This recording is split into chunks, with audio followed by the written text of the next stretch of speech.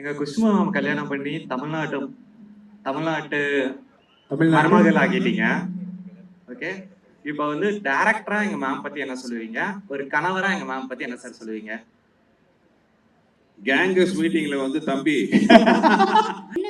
அதாவது அப்ப மொட்டை அடிக்காம இருந்தாரு, இப்ப மொட்டை அடிச்சிருக்காரு முருகன் கோயில்ல போய். ஆக்சுவலா நாங்க ஒர்க் பண்ணும்போது பாத்தீங்கன்னா அவர் வந்து இந்த தலையா உருவாகல. இன்ஃபேக்ட் நம்மலாம் நடக்கும்போது பாத்தீங்கன்னா காலை கேஷ் நடப்போம். அவருக்கு என்னன்னா அப்போ உடம்பு பேக் போன் சின்ன பிரச்சனை இருந்ததுனால கால் வைக்கும்போது தரையை பார்த்தா தான் தெரியும் நம்ம கால் வச்சிருக்கோன்ட்டு. அந்த அளவு ஒரு கஷ்டமான பீரியட்ல கூட பாத்தீங்கன்னா டான்ஸ் பண்ணி ஃபைட் பண்ணி மிகப்பெரிய உழைப்பாளி. அவரோட உழைப்பு தான் வந்து அவர் இந்த உயரத்திலையும் இவ்வளவு மக்கள் அன்போட கொண்டு உயரத்துல வச்சிருக்கு. அப்போ மணிவண்ணன் சார் டக்குன்னு ஒரு வார்த்தை சொன்னார், ஏண்டா அப்போ டைரக்ஷன் மட்டும் குலத்தொழிலா பிறக்கும்போது எங்க அப்பா கத்து கொடுத்து அனுப்பிச்சாருன்னாரு. ஸோ அது எனக்கு ரொம்ப மனசுல பதிஞ்ச ஒரு விஷயம். முடியாதுங்கிற ஒரு விஷயம் எதுவுமே கிடையாது. முயற்சி பண்ணா எதுவாக இருந்தாலும் முடியும். நீங்க டெய்லி சக்கரை பொங்கலே சாப்பிட்டுருந்தாலும் தகட்டும், காரமே சாப்பிட்டுருந்தாலும் நல்லா இருக்காது. எல்லா டைப் ஆஃப் படங்கள் வரும். சினிமாங்கிறது வந்து எல்லாமே, அது கமர்ஷியல் இருக்கணும், காமெடி இருக்கணும், ஆக்ஷன் இருக்கணும், நல்ல ஒரு மெசேஜ் சொல்ற படங்கள் இருக்கட்டும். வந்து எல்லாருக்கும் வணக்கம்.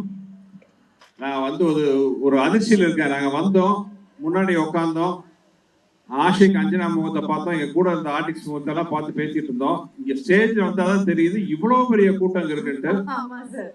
உண்மையாவே கிட்டத்தட்ட ஒரு 30 வருஷத்துக்கு முன்னாடி என் முதல் படம் பண்ணும்போது நான் ஒரு காலேஜ் ஃபங்க்ஷனுக்கு வந்து ஒரு ஹீரோ கூட போயிருந்தேன்.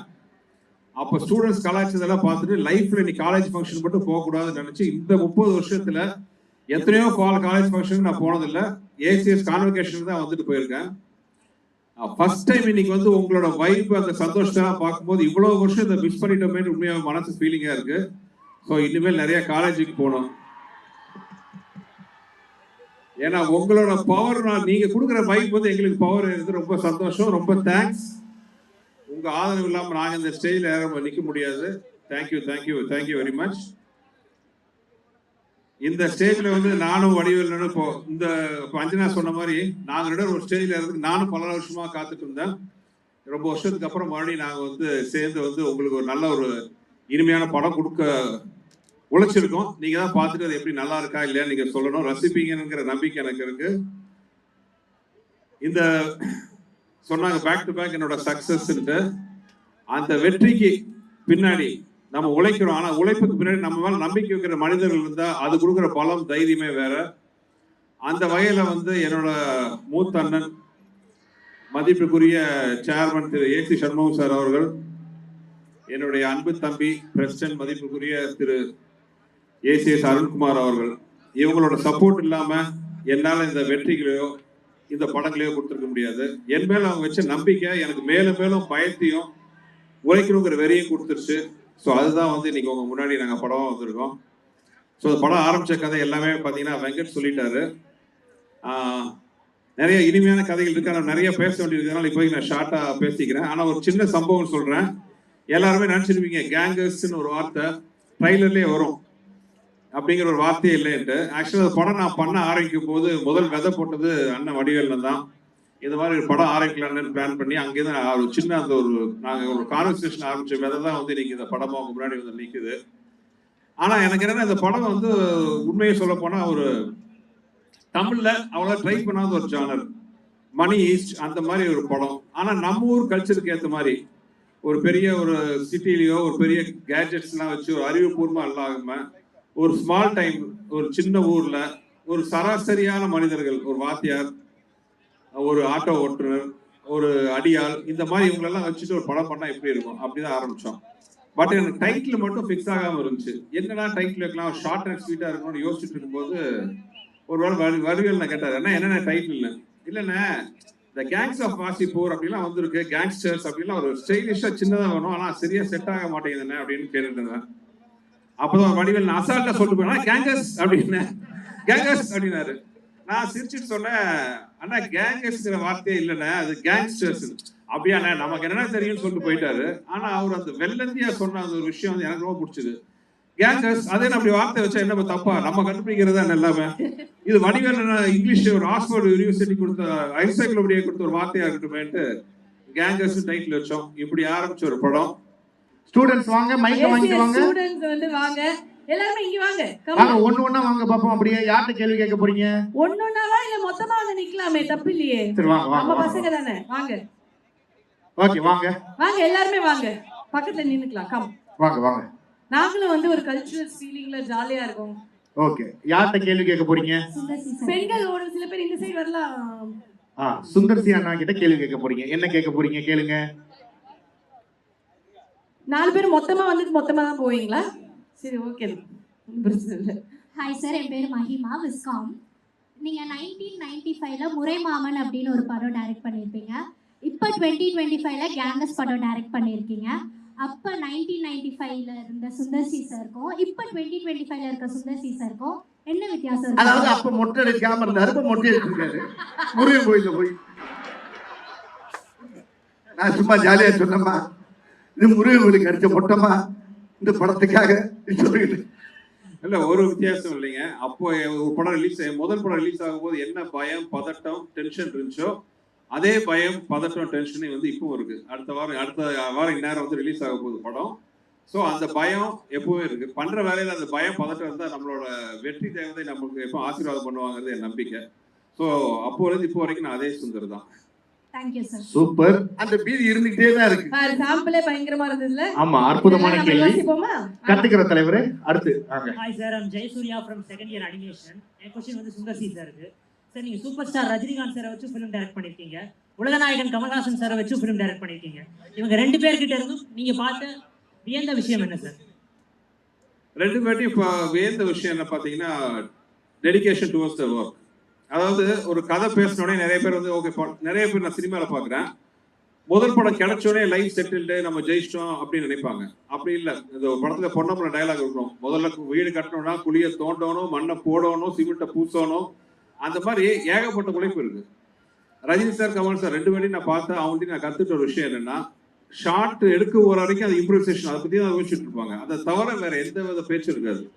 அந்த படம் ஆரம்பிச்சு முடிக்கிற ஒரு 6 மாசத்துக்கு 9 மாசம் அந்த பீரியட்ல பாத்தீங்கன்னா அவங்க தூங்குறது, சாப்பிட்றது எல்லாமே அந்த படத்தை பத்தி தான். ஒவ்வொரு நிமிஷம் அந்த படத்தை பத்தி தான் யோசிப்பாங்க. என்ன பெட்டர்மெண்ட் பண்ணலாம், இன்னும் என்ன இம்ப்ரூவைஸ் பண்ணலாம்னு பார்த்துட்டு இருப்பாங்க. அது சினிமா மேக்கிங் மட்டும் இல்லை, நம்ம லைஃபுக்கு ரொம்ப முக்கியமான விஷயம். நம்ம லைஃப்ல எந்த வேலையை பண்ணாலும் அதில் sincere to the core work பண்ணுங்கிறது வந்து அவங்க எனக்கு கற்றுக்கிட்ட கொடுத்துட்ட பாடம். இந்த சந்தர்ப்பத்தில் இந்த கேள்வி மூலமா அதை நானும் உங்களுக்கு சொல்றேன். Thank you sir. சூப்பர் சூப்பர்ப்பா. ஐயோ, கிரைம் ரேட் ஏறிட்டே இருக்கு. நல்ல நல்ல கேள்விகளா கேக்குறாங்க. தெரியுதா? பேமெண்ட் வராது.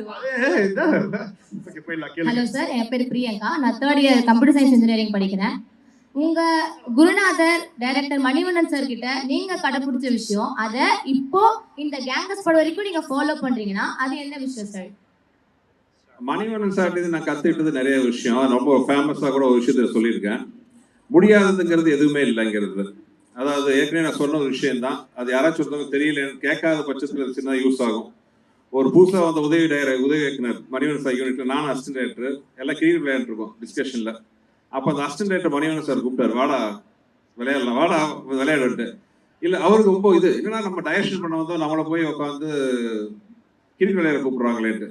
அப்போ வந்து அவர் சொன்னார், சார் இல்லை சார் கிரிக்கெட் வராது அப்படின்னு சொன்னார் அந்த டைரக்டர், அந்த உதவி இயக்குனர். அப்போ மணிவண்ணன் சார் டக்குன்னு ஒரு வார்த்தை சொன்னார், ஏண்டா அப்போ டைரக்ஷன் மட்டும் குலத்தொழிலா, பிறக்கும் போது எங்கள் அப்பா கற்றுக் கொடுத்து அனுப்பிச்சாருன்னாரு. ஸோ அது எனக்கு ரொம்ப மனசுல பதிஞ்ச ஒரு விஷயம். முடியாதுங்கிற ஒரு விஷயம் எதுவுமே கிடையாது. முயற்சி பண்ணால் எதுவாக இருந்தாலும் முடியும். ஸோ அதுதான் வந்து நான் ஒரு இயக்குனராகி, ப்ரொடியூசர் ஆகி, நடிகராகி, டிஸ்ட்ரிபியூட்டர் ஆகி, ஏன் பாட்டெல்லாம் கூட பாடியிருக்கேன். எல்லாத்தையும் ட்ரை பண்ணி பார்ப்போம் அப்படிங்கிறது அவர்கிட்ட நான் கற்றுக்கிட்ட பல விஷயங்கள்ல ஒரு விஷயம். Thank you sir. சூப்பர்மா.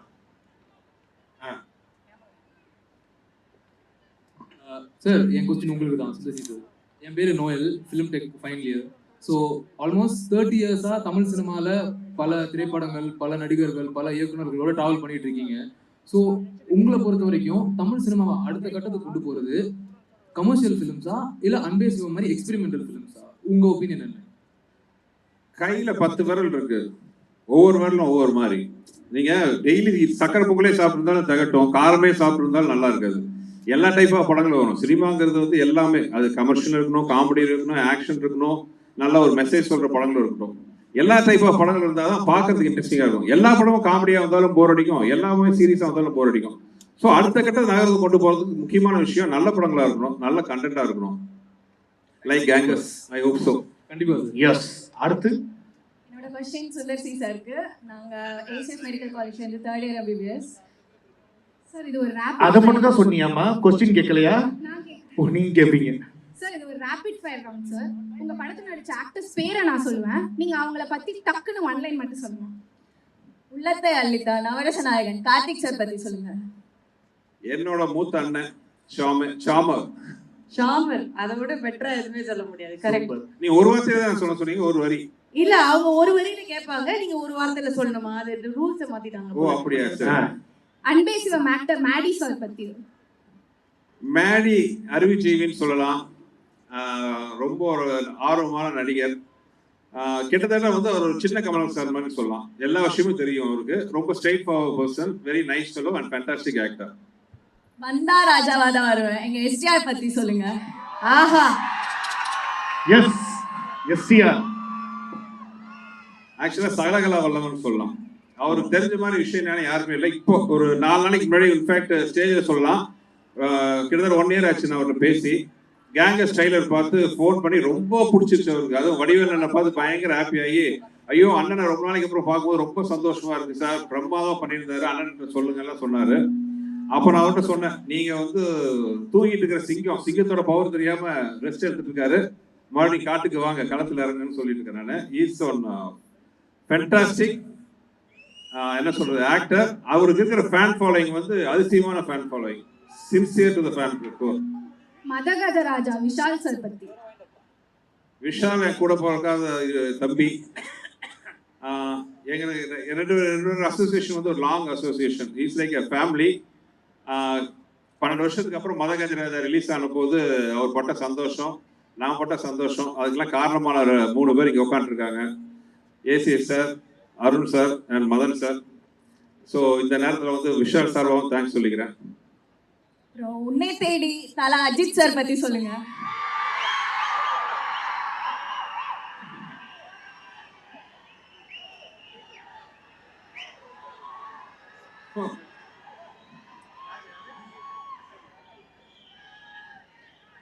அவரு தான், நான் எதுவும் சொல்லவே தேவையில்லை. ஆக்சுவலா நாங்கள் ஒர்க் பண்ணும்போது பார்த்தீங்கன்னா அவர் வந்து இந்த தலையா உருவாகலை. அப்கமிங்ல இருந்து தலைக்கான அந்த உருவாக்கத்தில் இருந்தாரு. பட் நான் அடிக்கடி சொல்ற அதே வார்த்தை தான், இந்த ஹார்ட் ஒர்க். நான் பண்ணும்போது பார்த்தீங்கன்னா அவருக்கு சில உடல்நிலை கோளாறுலாம் இருந்துச்சு. அந்த நேரத்தில் வந்து அவ்வளோ கஷ்டப்பட்டு நடிப்பார். அவர் நடக்கும்போது பார்த்தீங்கன்னா, இன்ஃபேக்ட் நம்மலாம் நடக்கும்போது பார்த்தீங்கன்னா காலை கேஷ் நடப்போம். அவருக்கு என்னன்னா அப்போ உடம்பு பேக் போன் சின்ன பிரச்சனை இருந்ததுனால கால் வைக்கும்போது தரையை பார்த்தா தான் தெரியும் நம்ம கால் வச்சிருக்கோன்ட்டு. அந்த அளவு ஒரு கஷ்டமான பீரியட்ல கூட பார்த்தீங்கன்னா டான்ஸ் பண்ணி ஃபைட் பண்ணி மிகப்பெரிய உழைப்பாளி. அவரோட உழைப்பு தான் வந்து அவர் இந்த உயரத்திலையும் இவ்வளவு மக்கள் அன்போட கொண்டு உயரத்தில் வச்சிருக்கு.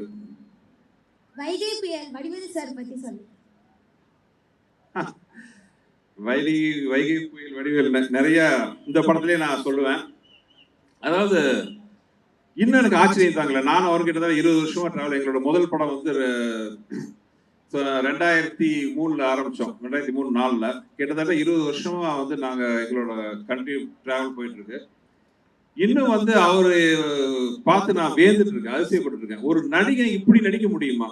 ஒரு சாதாரண ஒரு ஷார்ட்டா கூட இருக்கும், ஒரு விஷயம், ஒரு சாதாரண ஒரு பொருளை பார்க்கணும் ஒரு சீன்ல. ஆனா இந்த மாதிரி ஒரு விஷயம் அவருக்கு தெரியாது என்னட்டு, அதை பார்க்கணும். அந்த சீன் கூட இருக்குன்னு நினைக்கிறேன்.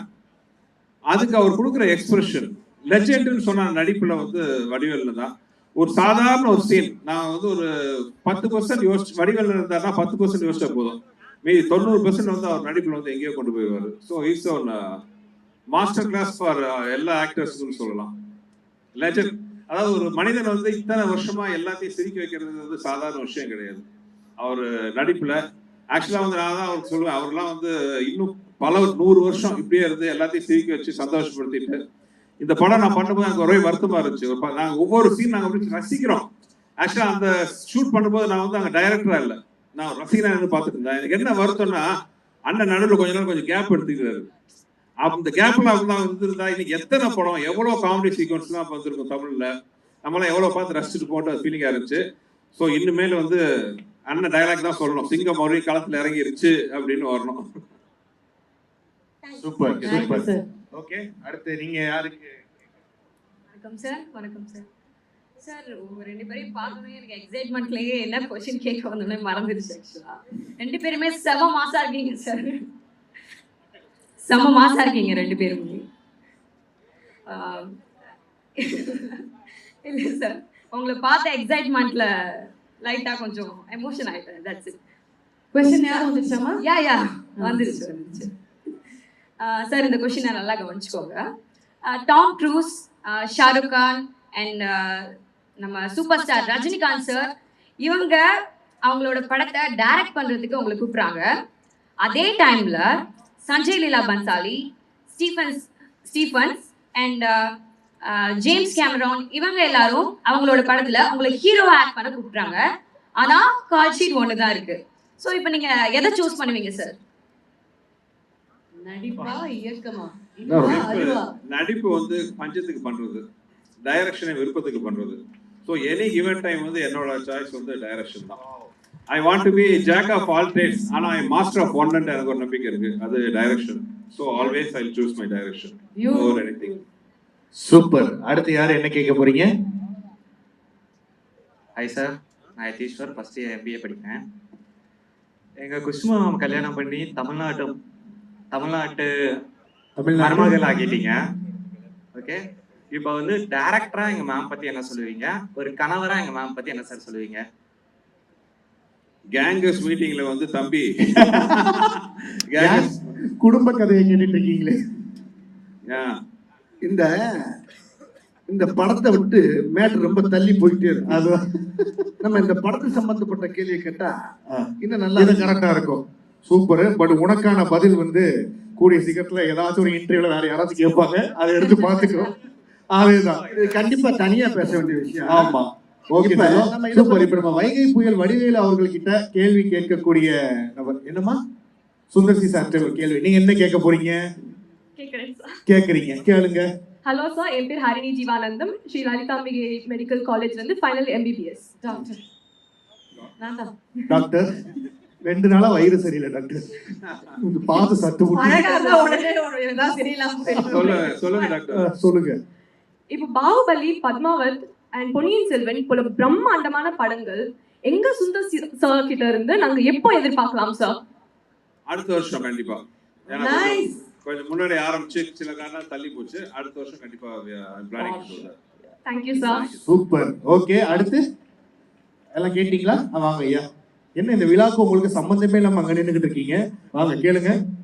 சார், என்னோட பேர் கிரண் செல்வன், நான் MSc Viscom ஃபைனல் இயர் படிக்கிறேன். என்னோட கேள்வி என்னன்னா, இதுக்கு முன்னாடி நீங்க பல ப்ரொடக்ஷன்ல ஒர்க் பண்ணிருப்பீங்க, ஆக்டரா, டைரக்டரா, ஸ்கிரிப்ட் ரைட்டரா, பல ப்ரொடக்ஷன்ல ஒர்க் பண்ணிருப்பீங்க. நம்ம பென்ஸ் மீடியா ப்ரொடக்ஷன்ல ஒர்க் பண்ண எக்ஸ்பீரியன்ஸ் பத்தி கொஞ்சம் சொல்லுங்க சார். இல்ல, இது வந்து எந்த டைரக்டருக்கும் ஒரு டிலே. இந்த மாதிரி ப்ரொடக்ஷன்ஸ் கிடைக்கிறது வந்து ரொம்ப ரொம்ப கஷ்டம். அதாவது நான் முதலே சொன்ன மாதிரி வந்து ஒரு டைரக்டர் மேல நம்பிக்கை வச்சு முழு நம்பிக்கை. ஸோ அந்த நம்பிக்கை தான் வந்து எங்களுக்கு வந்து ஒரு மிகப்பெரிய பொறுப்பு கொடுக்குது. அந்த பொறுப்புல ஒரு பண்ணும்போது படத்தோட குவாலிட்டி நல்லா வரும். ஏன்னா இவ்வளவு நம்பி ஒரு ப்ரொடியூசர் வந்து நம்ம படம் கொடுக்கும் பொழுது வேற ஒருத்தர் கதை சொல்றேன்னு வைங்களேன். இப்போ நான் உண்மையா ஒரிஜினலா பாத்தீங்கன்னா 20 வருஷமா ஒரு பெரிய ஹீரோக்கள் பக்கம்லாம் அவ்வளவா போறது இல்லை. காரணம் என்னன்னா, நமக்கு என்ன பிடிக்குதோ அதை நம்ம வந்து சுயமா எடுக்கணும். தமிழ் சினிமா பாத்தீங்கன்னா என்னை பொறுத்தவரை வந்து 3 டைப் ஆஃப் டைரக்டர் சொல்லலாம். தனக்கு பிடிச்சதை எடுக்கிறவங்க, மக்களுக்கு பிடிச்சதை எடுக்கிறவங்க, ஹீரோக்கு பிடிச்சதை எடுக்கிறவங்க. நான் வந்து 2வது வகை, மக்களுக்கு பிடிச்சதை எடுக்கிறவன் நான். ஸோ அப்படிங்கும்போது என்ன மாதிரி டைரக்டர்ஸ்க்கு வந்து ஒரு ப்ரொடியூசர்ஸோட பேக்கிங் இல்லாம இந்த மாதிரி சக்சஸ் எல்லாம் கொடுக்கவே முடியாது. அந்த வகையில பாத்தீங்கன்னா பென்ஸ் மீடியா எனக்கு கொடுக்குற சுதந்திரம் தான் என்னுடைய மிகப்பெரிய பலம். ஓகே சார், நன்றி சார். சூப்பர். அடுத்து அவ்வளவுதான். சூப்பர்.